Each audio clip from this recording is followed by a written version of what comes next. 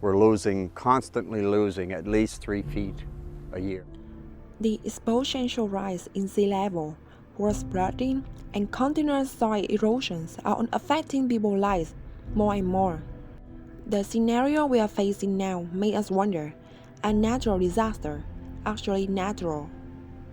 Since the Industrial Revolution, a large amount of CO2 has been released into the atmosphere due to human activities. Describe a visualize from NASA tracking data of global mean temperature anomalies since 1800. The climate of the Earth for millennia has experienced changes due to natural factors such as solar activities. However, the upward trend in 20th century is anomalous, and this shows a positive and strong correlation between the temperature and sea level. We argue that this is not a coincidence, but a causational relationship. First is the melting ice. As the temperature increases, glaciers and ice sheets around the world melt.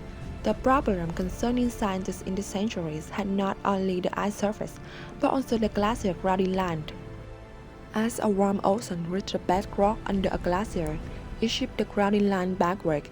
The more it moves backward, the more ice will be off the bedrock and drain into the ocean. This will accelerate the melting process, and thus the increase in the sea level rise. The second one is thermal expansion. 90% of trapped heat is absorbed by the oceans. As the heat is absorbed, ocean temperature rises and water expands and invades the mainland. Sea level gradually increased over the years, especially after 2006. The GMSL rose by 3.6 mm per year, which were 2.5 times the average rate of all the years in 20th century.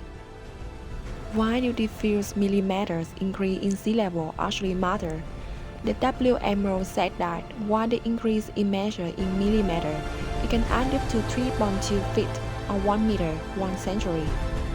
Higher sea level worsen hurricanes and typhoons and make flooding occur more frequently in low-lying areas.